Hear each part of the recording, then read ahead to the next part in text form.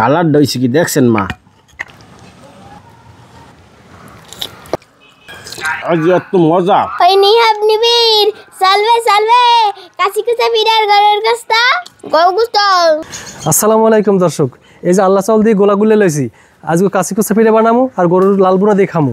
গোলাটা পাতলাও না আবার একদম ঘনও না। বিসমিল্লাহ।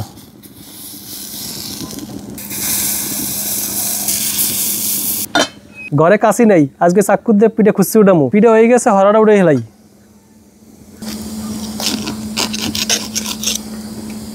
এই যে দেখেন কত সুন্দর পিঠে হয়েছে। এই যে এক খোলা ভাজা হয়ে গেছে, এখন আর এক খোলা দিয়ে দিম। কাছি কষা পিঠা ভাজা শেষ, এখন কোস্ত রান্না করলাম। লাল বুনা করার জন্য চুলায় পাতিল দিলাম। দারচিনি, এলাইচ, পেঁয়াজ কুচি,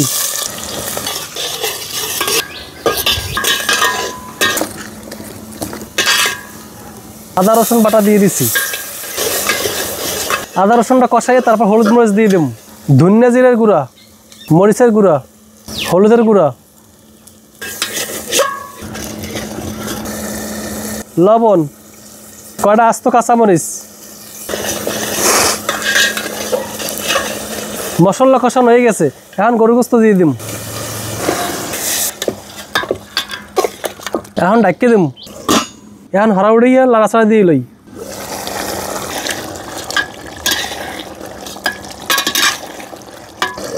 এখন আবার উড়িয়ে লাড়াচাড়া দিয়ে লই। গোস্তের ভিতরে একটা নল্লি পাইছে, দেখছেন? এই যে এই নল্লিটা দিম হাসান ভাইয়ারে। এখন সেদ্ধ হওয়ার জন্য পানি দিয়ে দিই। পরিমাণ মতো পানি দিয়ে দিছি, এখন ঢাকিয়ে দিম।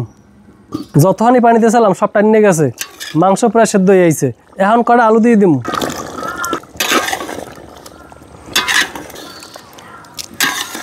এখন পানি দিয়ে দিই। পানি দিয়ে দিছি, এখন ঢাকিয়ে দিই। গরুর মাংস রান্না হয়ে গেছে, এখন উঠেই ফেলাম। ও কি এরা দিয়ে বইয়ে পড়ছে। বাবা কাছি কুচা পিঠা বানাইছে আর গরুর গোস্ত রানছে। এখন আমি আর কাকু বিল্লা খামু। নল্লিটা মরে দিয়েন মা। বিসমিল্লাহ। কালার দইছে কি দেখছেন মা?